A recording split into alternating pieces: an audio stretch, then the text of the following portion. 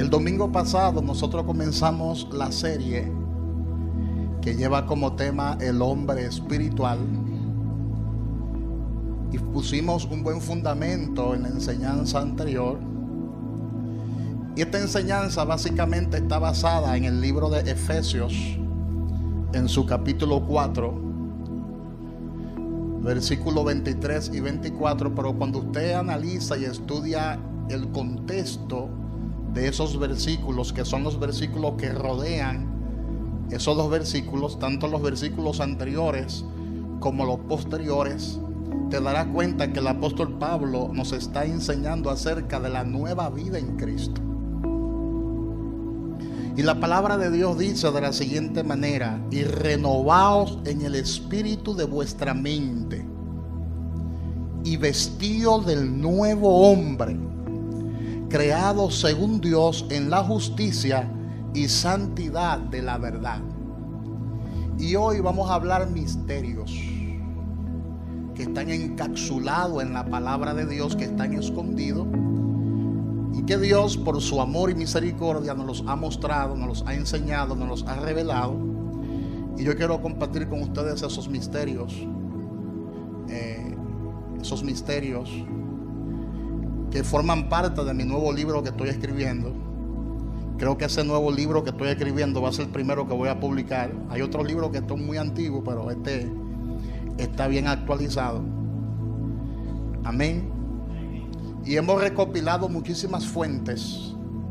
Hemos consultado muchísimas fuentes fidedignas de maestros, hombres muy profundos en la palabra, pero siempre Dios nos revela algo más. Siempre Dios nos revela algo mucho más glorioso, porque sus palabras son nuevas cada día. Y por eso coincido con los rabinos que dicen que la Torá es una fuente inagotable de revelación. Y yo me voy un poquito más lejos. Yo digo que la palabra en su conjunto, por completo, es una fuente inagotable de riquezas. Porque cuando hablamos de la Torá, simplemente estamos hablando de los 5 libros que escribió Moisés, que son los primeros 5 libros de la Biblia.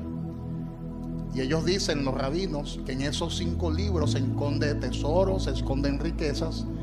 Y yo digo que no son en esos 5 libros solamente, sino en los 66 libros que la Biblia tiene, se esconden tesoros, se esconden riquezas. Hay unos misterios ahí que hay que descubrir, que hay que descifrar.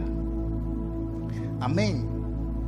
Y antes de entrar a descifrar esos misterios, yo quiero que usted tenga en mente y que enfatice en estas dos cosas que le hemos enseñado anteriormente.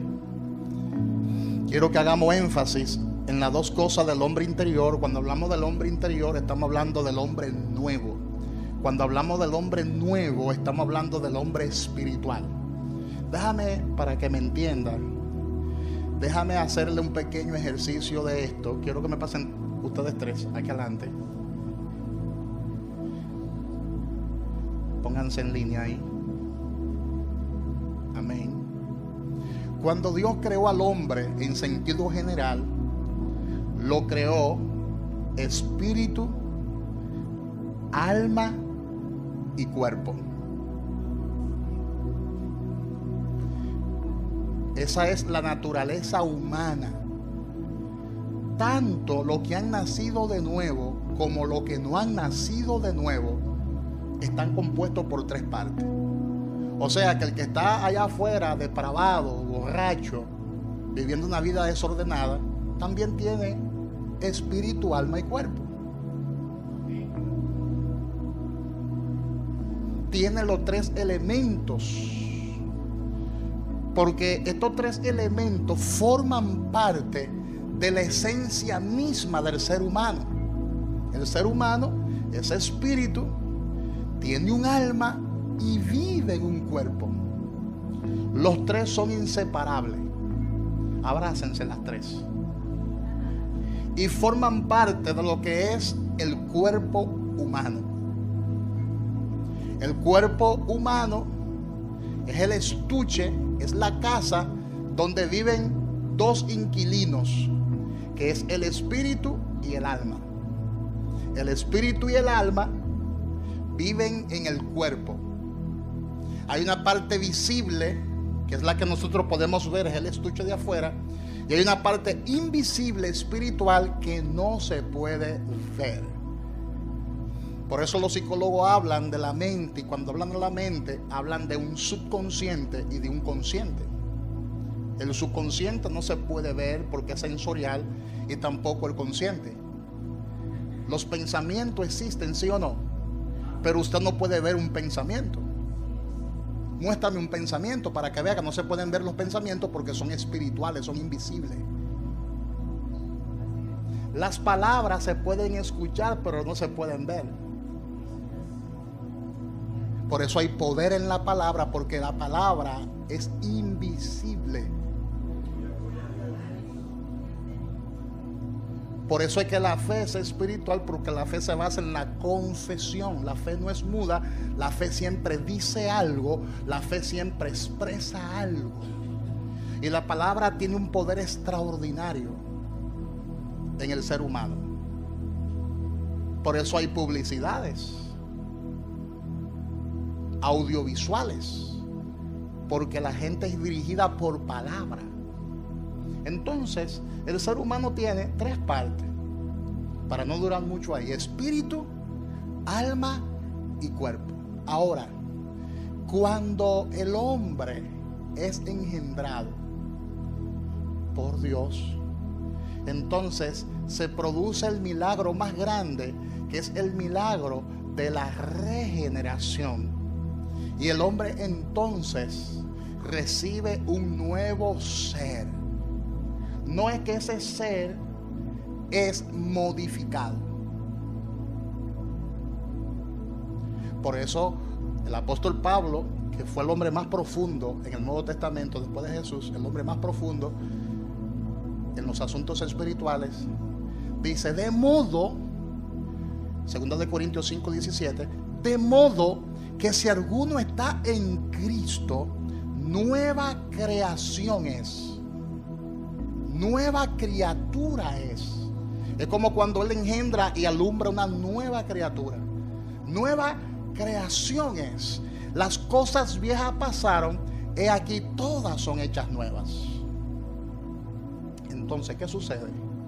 El hombre es espíritu, alma y cuerpo, y cuando el Señor lo engendra, porque es el Señor que lo engendra, por eso es que la salvación no es por obra, sino que es por gracia. Entonces el Señor lo que hace es que coloca un nuevo ser con su naturaleza. Ven, Lizzy. Abrácense ustedes tres. Abrácense. Abrácense así, así. El hombre es un ser tricótomo, espíritu, alma y cuerpo. Pero cuando nace de nuevo, entonces el Señor le añade un nuevo ser.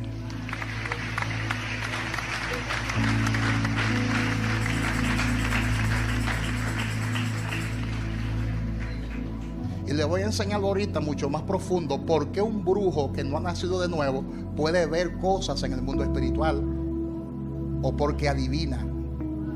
¿Por qué? Porque lo posee un espíritu de adivinación. Si no tiene el espíritu de adivinación, no puede hacer nada en el mundo espiritual, porque no tiene sus sentidos espirituales activos. Porque los sentidos espirituales lo activa únicamente Dios. Ahora, como Satanás es un imitador de lo de Dios, el brujo necesita un espíritu pitónico de adivinación que lo posea, para poder tener incidencia en el mundo espiritual. Pero eso es otro tema. Quise abrir el paréntesis porque yo sé que muchos razonan y pueden pensar: pero ¿cómo es posible que un ser inconverso, una persona impía, inconversa, tenga cierta sensibilidad para discernir cosas en el mundo espiritual? No hay forma de que, humanamente hablando, tú puedas percibir cosas espirituales. Tiene que ser a través de un espíritu. Nosotros percibimos los asuntos espirituales porque tenemos un nuevo ser.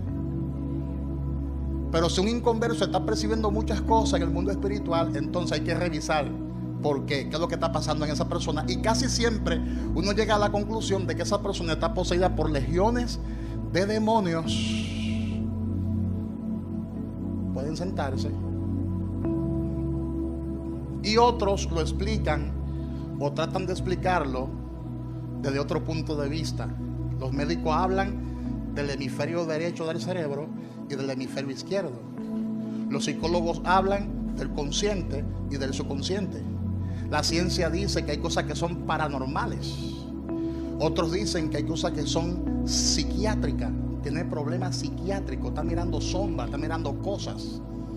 Tiene una alteración en el cerebro, porque el hombre trata de, con su mente finita, explicar asuntos que pertenecen a lo sobrenatural, y el hombre nunca podrá entender las cosas que son de Dios. Entonces yo quiero que tengamos en cuenta, antes de entrar a lo que voy a entrar, porque usted va a escuchar cosas que nunca en su vida usted ha escuchado, y posiblemente no haya leído en ningún libro. La gloria sea para Dios. Le estoy revelando cosas que Dios a mí me ha mostrado a la luz de su palabra. Y no es que soy el único, pero hay hombres que son muy exclusivos en esto que les voy a explicar ahora. Primero, tenemos que tener en cuenta que fuimos engendrados por Dios. Según Juan capítulo 1 versículo 13, donde dice: los cuales no son engendrados de sangre, ni de voluntad de carne, ni de voluntad de varón, sino de Dios. Eso es escritural. No hay manera de que una persona nazca de nuevo, nazca del agua y del espíritu, si Dios no lo engendra. Por eso María, cuando el ángel se le apareció, el ángel le dijo: tú vas a salir embarazada. ¿Y cómo será esto? Le dice María al ángel: ¿y cómo será esto si yo no conozco varón? En otras palabras, yo no he tenido intimidad con nadie. ¿Cómo será esto? Entonces el ángel le dijo: no, el Espíritu Santo caerá sobre ti. En otras palabras, quien te va a embarazar es el Espíritu Santo. Viene como resultado de un milagro de Dios. Y el santo ser que nacerá será hijo del Altísimo. Eso mismo sucede en el mundo espiritual. Para que una persona nazca de nuevo, tiene que ser engendrado por Dios. Porque lo que es nacido de la carne, carne es. Diga conmigo: lo que es nacido de la carne, carne es. Y lo que es nacido del Espíritu, Espíritu es. Y eso está en Juan capítulo 3, versículo 6. Por tanto, esto lo capacita como el ser que tenemos dentro, el ser interior, el hombre nuevo que tenemos dentro, es un ser espiritual. Lo acabamos de ver en el ejemplo. Esto capacita a este ser para vivir según el Espíritu. Amén. Ven, Nicole, por favor. Somos espíritu, alma y cuerpo, pero nos han añadido un nuevo ser. Supongamos que ya sea el nuevo ser que tenemos dentro de nosotros. Ese nuevo ser, oído con esto, préstame atención acá. Este nuevo ser está capacitado, ¿sabe para qué? Para vivir según el Espíritu.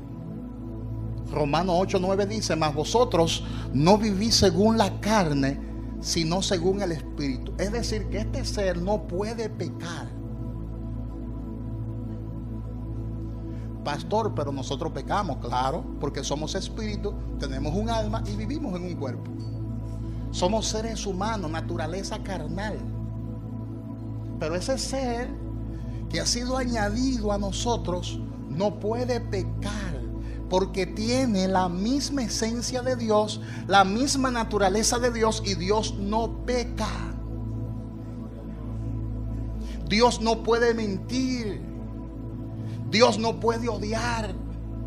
Dios no puede pecar.